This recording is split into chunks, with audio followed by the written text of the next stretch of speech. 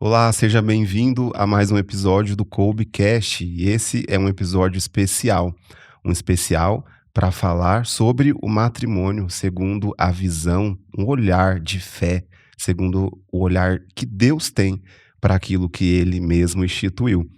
E para nós aprendermos um pouco mais e refletirmos, eu tenho aqui de volta o Fernando. O Fernando, ele já participou do Coubecast com a Tassiana, a esposa dele, no episódio 15. Se você não viu, já fica o convite para ver. Ele está mais uma vez aqui para nos ajudar. Seja bem-vindo, Fernando. Obrigado, Ju. Mais uma vez um prazer enorme. Se apresenta para quem ainda não te conhece, fala um pouquinho sobre você. Ótimo. Eu sou o Fernando, sou o marido, esposo da Tassiana, pai de 3 filhas, a Mariana, a Maria Vitória e a Ana Beatriz. Sou natural de São Paulo, capital, e hoje vivo em Orlando, Estados Unidos, com a minha família. É casado há quanto tempo? 9 anos. 9 anos. Então já tem uma experiência em relação ao matrimônio, uma vivência muito boa em relação à educação dos filhos, são 3 filhos.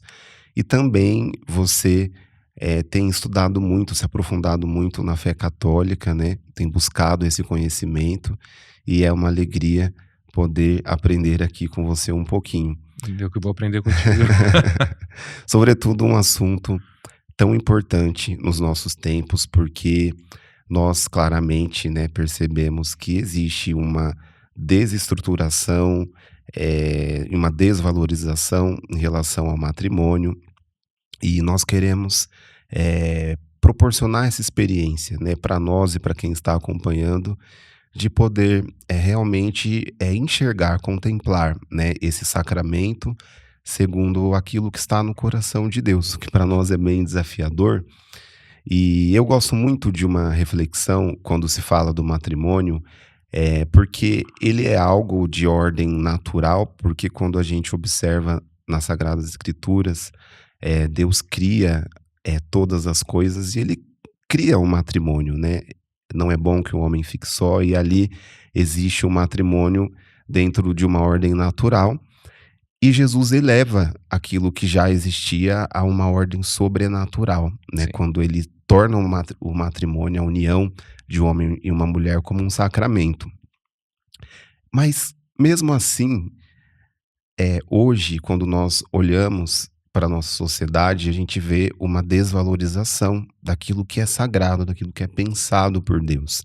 Então, por que que você enxerga hoje que o matrimônio ele tem sido visto por algumas pessoas desta forma? A gente ouve até expressões do tipo que é uma instituição falida, a família, coisas bem pesadas do tipo, os tempos são outros, enfim. Uhum.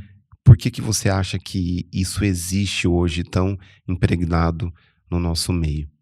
Eu acho, Gil, que vai além do contexto familiar. Se nós pegarmos o mundo ocidental moderno, Europa, sobretudo o mundo que é altamente evangelizado, da onde vem a nossa religião, onde nasceu o cristianismo e o continente que foi evangelizado, que é a América. Então, mundo moderno ocidental, Europa e Américas, América do Norte e América Latina.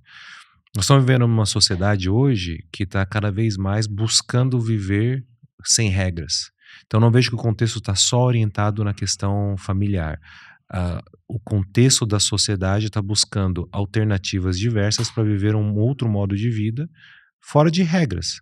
Então, a juventude de hoje busca bastante isso, e dentro do contexto cristão, o cristianismo acaba virando uma ameaça para esse contexto sem regras. Por quê? Porque nós temos regras. Quais são as regras? São as orientações que nosso Senhor Jesus Cristo nos deu, é aquilo que está escrito no Antigo Testamento, é aquilo que sempre foi a base da sociedade. Se nós pegarmos todos os países sérios, a Constituição, a lei civil, ela está apoiada onde? Está apoiada nos 10 mandamentos, ou seja, está apoiada em regras que sustentam o bem-estar social e também protege as famílias. E hoje começam algumas discussões para a reforma constitucional para você acabar com essas regras. Então a igreja acaba virando o inimigo desse novo conceito. Então, quando a gente fala em família como instituição falida, é um pouco buscar uma alternativa de família que não é o convencional. que nunca funcionou na história. Nós temos vários exemplos na sociedade, por exemplo, a cidade de Pompeia, para citar um exemplo concreto. A cidade de Pompeia, que quando foi devastada, vivia uma promiscuidade sexual imensa, ou seja, nenhuma referência dentro de um contexto familiar, nenhuma referência dentro daquilo que a Sagrada Escritura nos ensinou, e o vulcão Vesúvio simplesmente destruiu por completo. Para mim, isso é um exemplo concreto do que pode acontecer com uma sociedade que busca viver regras ou fora de regras que não está associado àquilo que Deus nos ensinou. De uma maneira ou de outra, a sociedade vai se corromper, ela vai ser destruída. Seja um vulcão Vesúvio ou seja simplesmente de dentro para fora. As pessoas vão chegar ao momento da consciência onde a maneira como elas vivem já é insustentável. As ideologias que nós vemos hoje, eu vejo que chegou num ponto tão crítico que chegou ao ponto do tiro no pé. Ou seja, está tão escandaloso que qualquer pessoa séria que no início defendia esse conceito, hoje reconhece que não pode mais abordar algumas questões. Por quê? Porque é ilógico, é inatural. Alguns pontos. Existem aspectos morais e aspectos naturais quando a gente discute modelos de família fora do convencional. Então, aspectos morais, por exemplo, eu me caso com uma única mulher como eu casei com a Tassiana, segundo aquilo que Jesus Cristo nos ensinou.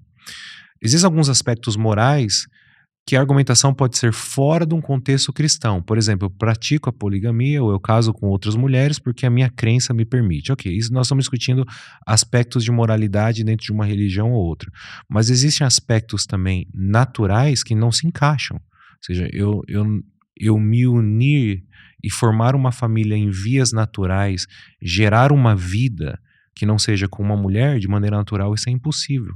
Então as discussões que nós temos tendo hoje na sociedade está um pouco voltada para isso, dentro de questões bastante ilógicas.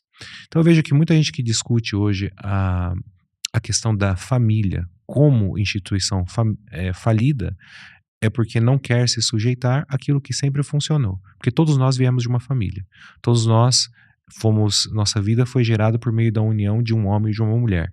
Isso existe desde sempre. E sempre vai existir. É a maneira que Deus quis e permite para dar continuidade à sua obra de criação, que é entre a união de um homem e da mulher.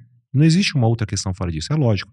Tal como a gravidade. Eu não posso pensar que amanhã eu vou sair flutuando ou voando como os pássaros. Eu estou preso a uma lei natural que se chama gravidade. E por isso estou aqui preso a esse chão. Para eu poder gerar uma vida, para eu poder constituir uma família, é a união de um ser masculino com um ser feminino. Natural assim. E aí a gente tem um grande problema, porque é uma humanidade que tem rejeitado aquilo que está totalmente enraizado à essência, né, da vida humana, da forma que foi pensada, criada, e se caminha nesse sentido, né? E para nós, hoje, a igreja, ela tem se posicionado sempre em defesa da família, dos valores, né, do valor da vida, do início ao fim.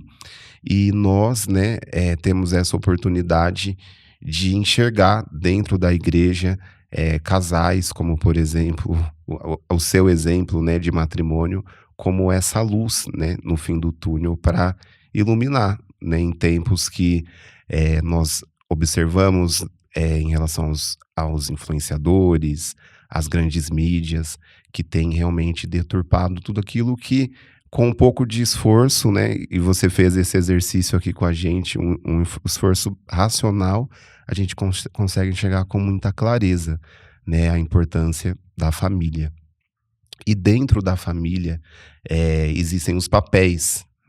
Então, você, como homem, como pai, talvez tenha já muito claro na prática qual é o papel, né, do homem dentro de uma família, porque existe uma vocação, um chamado a ser exercido, né, e algo que está totalmente ligado ao porquê você foi criado. Uhum. Como você enxerga essa questão dos papéis e de forma até mais específica, né, o papel do homem dentro de uma família?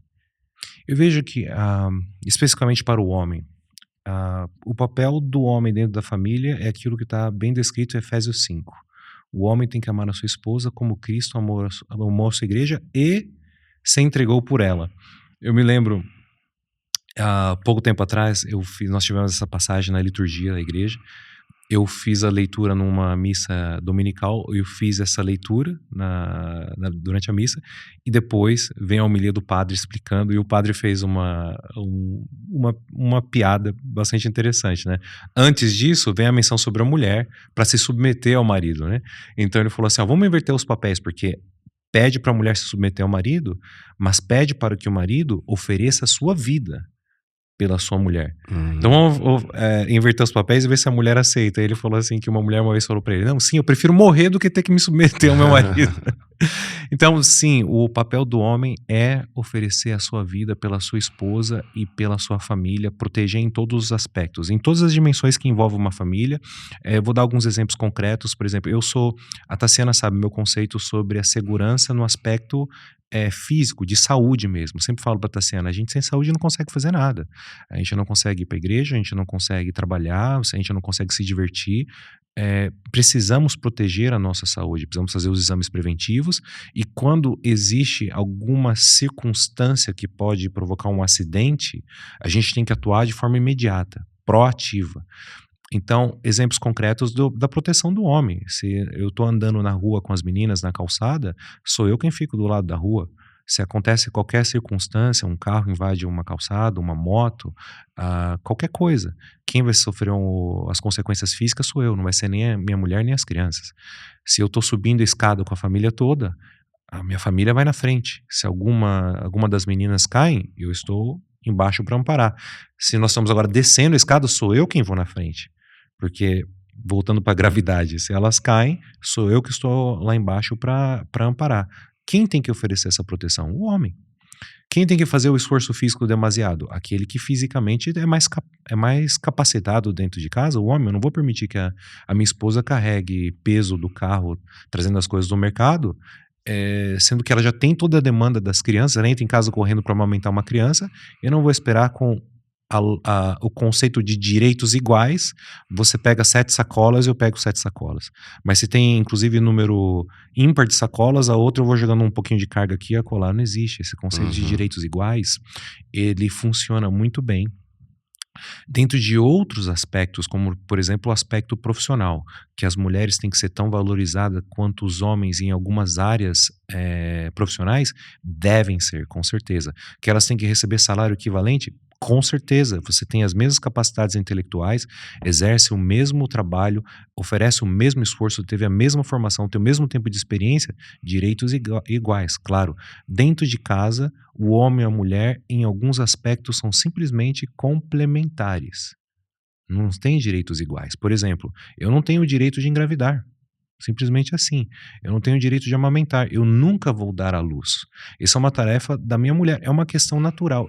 Hoje, Gil, e voltando para a questão da gravidade, ou voltando para as questões se um homem ou uma mulher se unirem, a família tradicional faz sentido, é novamente questões naturais que não cabe discussão. Não cabe discussão a possibilidade de aumentar uma criança. Deus deu para a mulher o seio que está propriamente formado para que receba a boca de uma criança e aquela sucção dê a nutrição necessária para um bebê que precisa daquilo de forma natural, precisa daquele aleitamento materno para continuar firme, saudável e crescendo. Não cabe uma discussão aqui sobre direitos Uhum. iguais, certo? Então, os, os direitos ou as obrigações ou as funções dentro de casa são complementares. Do meu lado tudo que seja necessário para que a minha família esteja bem, esteja saudável, seja suprida também dos recursos que são necessários, com o esforço do meu trabalho, é um dever meu. E oferecer na mesma intensidade, isso que é muito difícil das pessoas compreenderem. E acho bonito como Paulo conclui essa passagem dizendo: é um mistério tão grande que eu faço referência a Cristo e à igreja. Porque no âmbito do sacrifício, Jesus ofereceu a vida.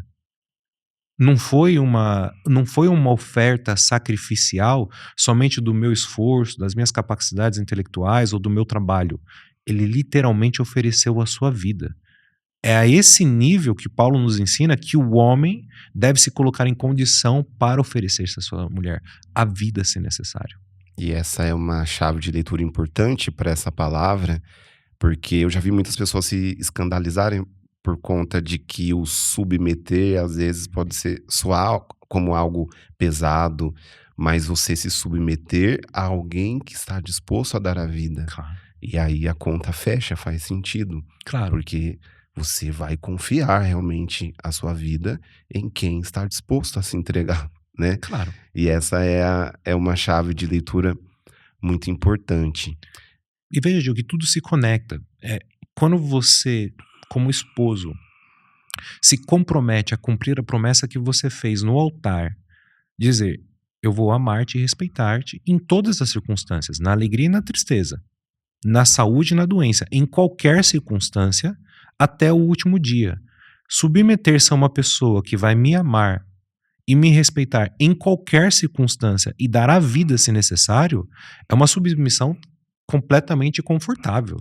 É o desejo de Deus para mim. Eu estou num ambiente protegido em qualquer circunstância. Sim, Então, claro, cabe ao marido, então, para que uma mulher se sujeite à autoridade do marido, cabe ao marido comprometer-se com a promessa que fez. E também é uma coisa que acontece lamentavelmente de maneira comum. Eu vou para buscar o sacramento do matrimônio para cumprir um ritual tradicional, clássico. Porque é bonito, eu preciso passar por isso, inclusive em função da festa. Vai ficar muito feio dar uma festa sem passar pelo rito tradicional que é ir para a igreja e receber o sacramento. Não, é além disso. É, o sacramento, realmente, Deus está ali presente para consolidar a nossa união, mas eu assumo diante de Deus, para com a minha mulher, com testemunhas, que eu vou me oferecer e amar e respeitar em qualquer circunstância. É viver isso todo dia, não tem erro. Não tem família que vai ser corrompida se eu simplesmente cumpro a palavra que eu fiz. E cumprir a palavra é um dever moral de qualquer pessoa, em qualquer circunstância, em qualquer ambiente social, quanto mais para com a família. sim. Eu penso muito na nossa relação com Deus, né? Nós precisamos nos submeter a Deus e às vezes isso é difícil.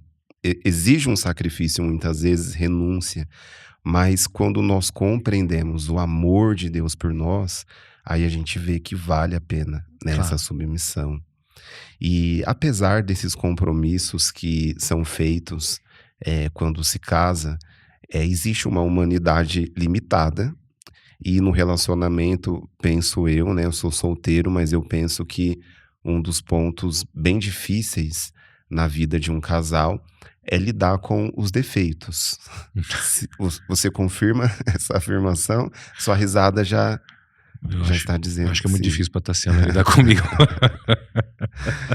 E como lidar com isso? Como ter um olhar de maturidade, de fé nesse processo de se relacionar com alguém que pode até ter bons propósitos, mas uma humanidade limitada em dar caminho, né? Claro. Eu acho que tem um fator também de percepção de defeito. Talvez o que eu percebo como defeito em você é, na verdade, uma incapacidade minha de enxergar Uhum, uma oportunidade de ser melhor lidando com essa sim. circunstância. Então nós somos diferentes. Claro, eh, tem questões morais que podem sim ser entendidas como defeitos, né, que Uhum, precisa ser corrigido e melhorado. Agora, as diferenças elas vão sempre existir.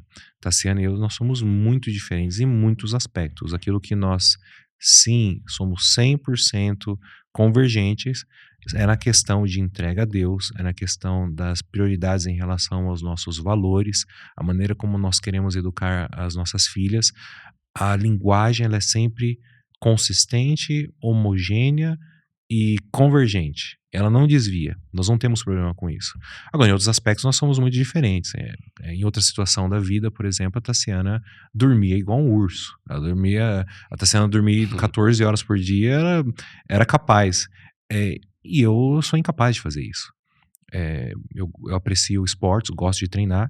Então, me incomodava isso? Claro, o sono dela ocupava horas que seria útil para nós estarmos juntos. Então, o que eu fazia era coisas que nós não fazíamos juntos. Eu ocupava nessas horas, por exemplo, treinar, porque ela não treinava comigo. E tá tudo bem, porque eu gosto de treinar e ela não gosta. E eu gosto de acordar mais cedo e ela gostava de dormir. Hoje é o contrário, né? Hoje ela dorme muito menos do que eu, tadinha, porque tem todas as demandas com as crianças. Mas essa é a percepção de defeito. Era um defeito pra ela, ela podia olhar pra mim como um defeito. Você só pensa em treinar. Você é incapaz de ficar mais tempo comigo na cama e eu poderia julgá-la. Você é incapaz de levantar e fazer um exercício físico comigo, então não é um defeito. Nós somos só diferentes. Então, lidar com os defeitos, na verdade, é de maneira madura procurar entender a diferença, que muitas vezes são complementares. Elas não são nocivas e elas não comprometem a essência. Eu acho que nós, como casais, nós gastamos muito tempo discutindo, às vezes, coisas que não comprometem a essência. Então você tem que permitir a liberdade da outra pessoa viver livre, simplesmente livre. Você tem que viver do jeito que é o seu perfil, está associado ao teu temperamento, é a forma como você lida consigo mesma. Você tem que ser livre. Eu lembro em um dos textos do Casamento Católico, eu escrevi assim que quem compromete a liberdade do outro pode se deparar com a situação que esse outro vai querer se ver livre de você.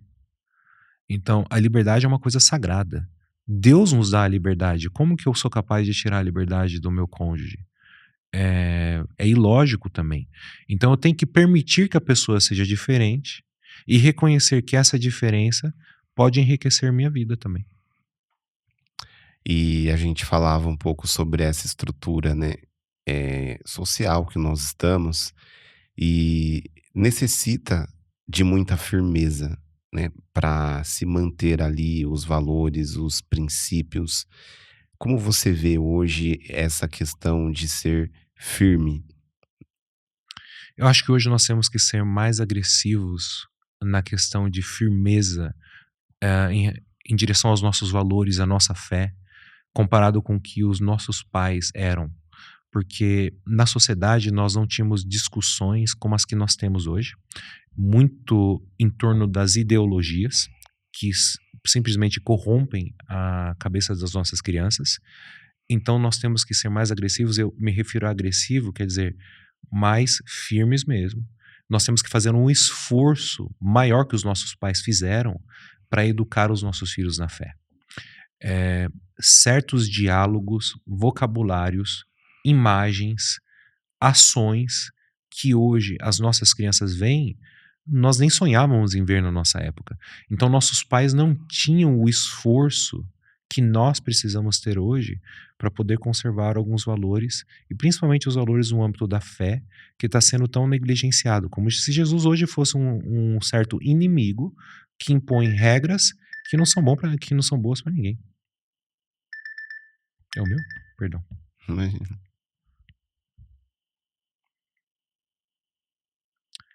Então eu vejo dessa forma, a nosso esforço, sim, ele tem que ser demasiado, ele tem que ser maior que os nossos pais tiveram. É lamentável, porque nos impõe um trabalho adicional, mas se nós queremos que de fato os nossos filhos recebam e permaneçam na fé que nós temos que trabalhar em função disso.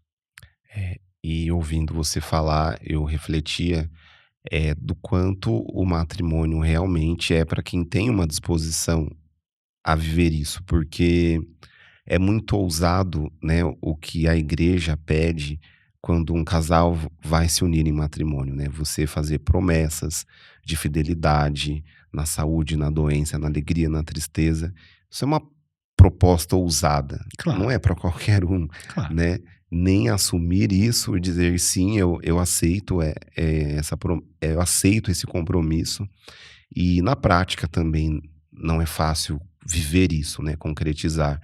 Então, é necessário de certa forma estar disposto mesmo a viver uma realidade de uma luta, de uma batalha, de um posicionamento, né. Sim, E eu acho que me confunde hoje um pouco, Gil, a questão que as pessoas temem assumir um compromisso firme que pode comprometer o resto da vida, mas a natureza da vida é assim. Imagina que um jovem de 17 anos sai do ensino médio e vai para uma faculdade e se decide por um curso que vai comprometer o resto da carreira da pessoa.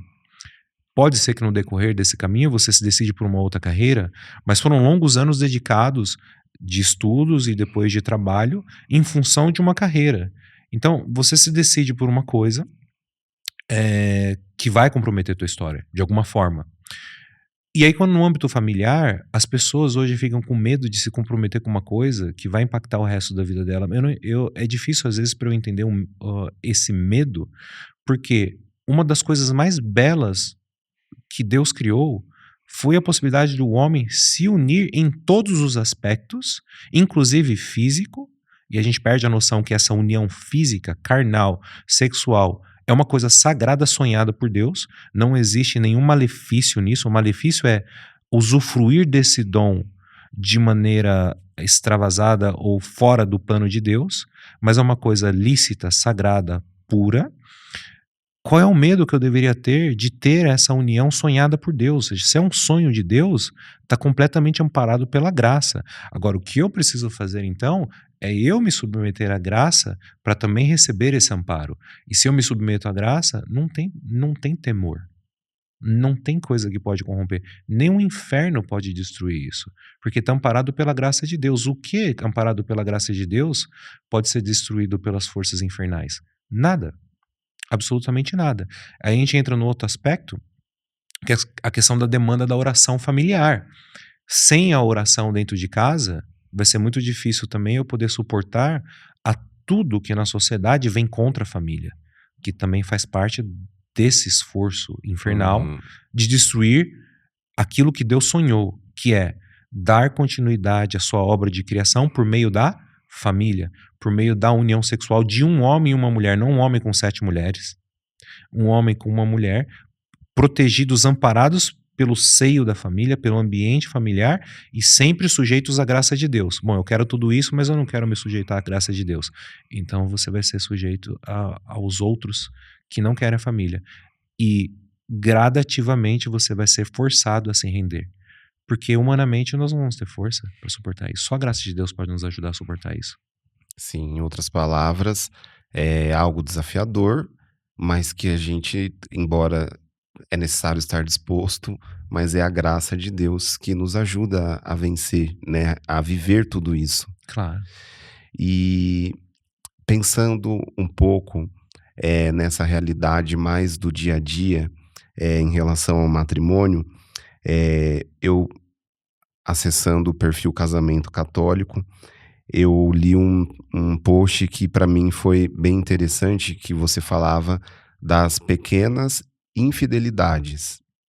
E isso para mim foi uma reflexão interessante, porque quando a gente fala de infidelidade, nós vamos pensar no adultério, né, em alguma traição, mas aquele post descrevia realidades de infidelidade que existe no matrimônio, que são pequenas, mas são infidelidades, né? É um tema que eu aprecio muito esse, porque nós consideramos infidelidade como, ou o termo infidelidade está um pouco associado ao ato concreto do adultério. Eu vou um passo atrás. Ninguém adultera de forma súbita. Você tem práticas de infidelidades que te levam àquele ato concreto do adultério. Quais são essas práticas para situar? Um conceito que eu tenho claro para mim. Eu não frequento lugares que minha mulher não poderia frequentar. Eu não tenho diálogos que ela não poderia ouvir. Eu não acesso conteúdo que ela não possa ver. Quando eu pratico isso, eu já estou sendo infiel. Imagina que eu acesso qualquer que seja o conteúdo no celular que minha mulher não possa ver. Eu acho bastante nocivo. E quem está ouvindo aqui o nosso podcast, eu preciso falar isso. Eu acho nocivo um homem que tem no seu celular uma senha protetora, porque sua mulher não pode ver o que você acessa. Na verdade, você acessa conteúdos então que ela não pode ver. E Dizem que a senha do homem casado é assim, né? E do solteiro é assim, né?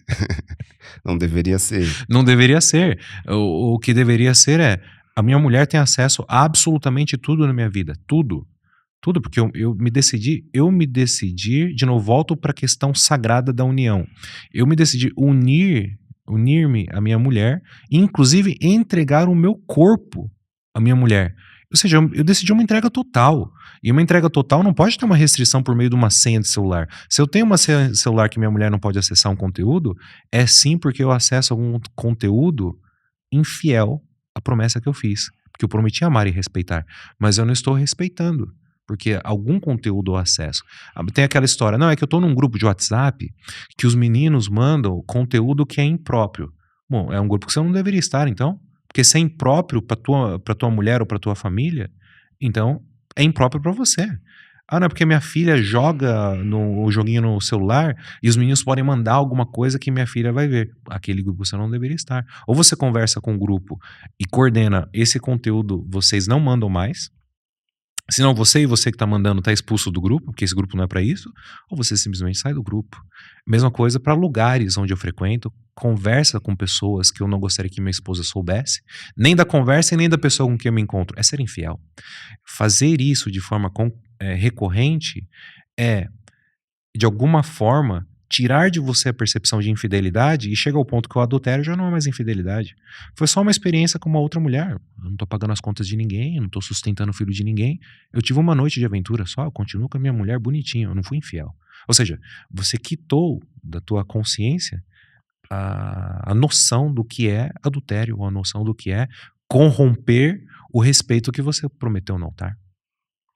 Fernando, você tem 3 filhas, né, e ainda dentro aí de 4 anos, né, então é um casal aberto à vida, isso a gente viu no seu testemunho no episódio número 15, mas olhando o contexto real dos outros casais, a gente não vê essa mesma abertura, né, e esse mesmo olhar que vocês, conseguiram ter para a questão da geração dos filhos e essa abertura à vida. Você consegue, falar um pouco a sua opinião em relação a este medo que hoje existe, em relação aos filhos? É, esse tema, Gil, ele é bastante amplo. Eu sumarizo alguns pequenos pontos. Um deles é, nós como igreja também somos um pouco frágeis no aspecto de educar o nosso povo em relação à abertura à vida. Nós falamos muito pouco sobre a união sexual de casais, a abertura à vida. É um tema que sim é mencionado, mas não existe uma educação promovida pela nossa igreja. Então, os padres que estão ouvindo vão concordar comigo dentro da sua atividade pastoral. As conversas que eu já tive com alguns padres amigos nossos corroboram com essa opinião que nós poderíamos ser melhores nesse diálogo. Então acho que falta um pouco de educação cristã em direção aos casais, para orientar nessa questão de abertura à vida. Inclusive a questão de métodos de forma geral, né? Não adianta somente dizer os métodos anticoncepcionais são incorretos. É sim importante trabalhar qual é o conceito do que Deus espera da nossa vida e por que é incorreto e o que é correto. Uma outra questão que eu respeito muito são a discussão em torno do âmbito econômico. E eu respeito muito porque exemplo, educação dos filhos. Nós, nos Estados Unidos, temos o privilégio que as escolas públicas, elas são boas suficientes para você colocar o teu filho em segurança, no aspecto da educação, aspecto pedagógico. No Brasil, nós temos a percepção, ao menos a maioria das famílias no estado de São Paulo, aqueles que eu convivo, tem essa percepção que a escola pública já não é mais suficiente para a educação dos meus filhos. Então, eu preciso colocá-los numa escola particular. E colocar vários filhos numa escola particular, eu vou oferecer educação, mas vou quitar o pão. Então, esse aspecto econômico é um tema, assim, que tem que ser discutido na família, tem que ser discutido também com um diretor espiritual, porque eu também acredito que a providência de Deus concede tudo o que é necessário para a família. Então, acho que aí carece um pouco de direção espiritual, né? Mas eu respeito muito esse aspecto econômico. E um terceiro e último aspecto é o temor de ter um filho associado a um temor de se comprometer com qualquer coisa. Simplesmente porque eu não quero ter um compromisso, porque o meu egoísmo não me permite. Eu tenho projetos na minha vida que, tendo um filho, pode interferir esse projeto. Seja ele qual for. Eu preciso fazer um doutorado antes de ter filho, porque pode atrapalhar meu tempo de estudos. Ou se eu tenho um segundo filho, eu não vou conseguir fazer uma viagem para a Europa uma vez por ano. Ou se eu tenho se eu tenho um segundo filho, se eu tenho um primeiro filho, eu não vou conseguir quitar minha casa, ou até mesmo comprar uma casa. Então, são limitações que nós colocamos atribuindo coisas que não é efetivamente valor para a família. São todas coisas boas, todas coisas lícitas, mas muitas dessas ah, desculpas lícitas, elas não são essenciais. E muitas delas estão associadas a um egoísmo e não necessariamente à doação sacrificial em direção à família. Então são vários pontos, Gil. Uhum. Educação oferecida pela igreja também, questões econômicas e o egoísmo, são 3 pontos que eu colocaria aqui, mas de novo, é um tema bastante amplo. Sim, a igreja é super a favor do planejamento familiar, né, Claro, então é necessário realmente ter esse planejamento, mas o que não significa um fechamento, sim. né, é preciso ter esse olhar de sinceridade para a real condição e para as verdadeiras motivações que fazem um casal querer ou não ter um filho, né. E de uma forma mais prática, você como pai, com o que ter filhos tem agregado na sua vida, enquanto esse chamado maior à eternidade, o que os filhos, trazem para você como, esse caminho também de santificação? Eh, como individualmente para mim me traz muita maturidade, tem alguns aspectos que eu tive que ajustar na minha vida pelo simples fato de ser pai. Então eu me lembro, um amigo meu me mandou uma mensagem uma vez quando nasceu a primeira filha, e ele falou pra mim: "Eu não tenho o direito de morrer mais". Então eu peguei muito aquilo pra mim. Eu me lembro que eu gostava, coisa de garoto que gosta de carro, eu gostava de acelerar o carro na estrada acima da velocidade limite da pista, o que não é correto, mas é Uhum. coisa de menino, né, de garoto. Hoje eu ando com a velocidade da pista ou abaixo até. Eu costumo falar que eu dirijo como uma senhora idosa. E tá tudo bem, porque de fato eu não tenho o direito de morrer. Eu tenho 3 criaturinhas para, junto com a Tassiana, auxiliar na criação. Nossa maior missão hoje, independente da missão que nós temos na igreja, a nossa maior missão é formar 3 santas. É isso. E que eu e a Tassiana juntos colaboremos um com o outro para que juntos possamos chegar ao céu. É a maior missão que nós temos. Tudo que vem depois também é lícito, mas ele é secundário. A maior missão é formar 3 santas. Para isso, eu tenho que ser disciplinado. Eu tenho que ser correto em absolutamente tudo. E como homem, eu tenho que ser maduro em vários aspectos, inclusive não me permitir morrer. Então, eu vejo que tem um aspecto de maturidade, mas ter filhos também me permite estar mais próximo de Deus, porque tem muita coisa que eu experimento com as meninas, de relação pai e filha, que eu tenho a percepção que eu nunca tive antes, por não antes de ser pai, de como Deus me trata às vezes. Então, o leque assim de interpretação de relação Deus comigo, agora sendo pai, aquilo que eu ofereço para as meninas, ele se ampliou mais. Então é bonito a relação de amor que eu tenho para com o pai, agora sendo um pai também. E eu quero te desafiar, você já participou do quadro Reels Cobcast no episódio anterior, que te desafia a falar de um assunto, complexo, de certa forma, num tempo bem curto. E tem um post no perfil do Casamento Católico com um título interessante que é Como resolver qualquer problema entre o casal. E você deu 3 dicas. Então, a primeira, você diz que é preciso humilhar-se. Fala um pouquinho sobre isso. Humilhar-se é diretamente relacionado ao aspecto de ser humilde quando surge um conflito. O fato de que isso pode funcionar em qualquer aspecto social, em qualquer relação entre seres humanos.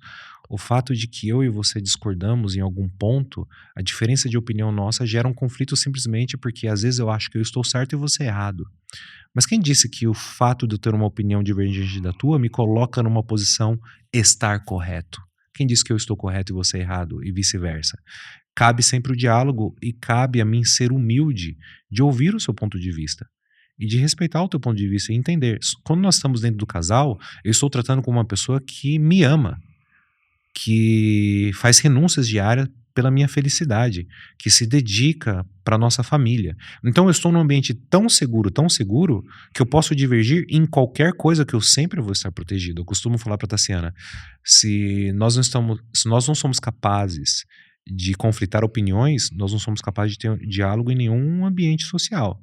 Nós temos que conflitar nossa opinião sempre com amor e respeito, isso é natural.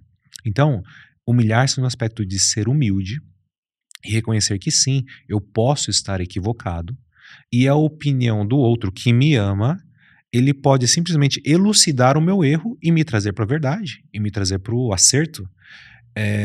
E as tensões sempre aumentam quando eu me posiciono de forma não humilde, de forma arrogante, achando que sempre eu estou certo. Então, humilhar-se é ser humilde e dar a oportunidade do outro de me corrigir muitas vezes. A Tassiana me corrige muito e eu aprendo muito com ela. Mas sim, é necessário uma humilhação e reconhecer que eu não estou sempre certo. O segundo aspecto é dialogar. Sem o diálogo é impossível poder elucidar esses pontos, né? Então, dialogar, novamente retoma essa frase. Se eu não permito conflitar as opiniões, o diálogo se torna impossível. Permito o primeiro ambiente de conflitar a opinião e agora começo um diálogo em um ambiente de humilhação e respeito. Eu posso estar equivocado e agora eu quero, com respeito à tua opinião, por favor, coloque o teu ponto. Sem um diálogo é impossível elucidar as coisas. E o terceiro é rezar. Rezar. Sem a graça de Deus é impossível. Nós estamos falando parece muito fácil agora explicando um conceito, mas na hora do conflito as coisas são tensas e o sangue ferve, a pressão aumenta, a irritação também. Então eu sei, porque eu vivo isso. E vivo com frequência, eu vivo com uma pessoa diferente de mim. E vivo com a Tassiana e vivo em outros aspectos, seja no meu trabalho, seja dentro da igreja, para poder tratar de coisas que nós pensamos diferente. Então, na hora que a chapa esquenta, a chapa simplesmente esquenta. Sem um controle de temperamento, sem um controle emocional, sem a graça de Deus, é impossível lidar com essas coisas de maneira respeitosa e saudável.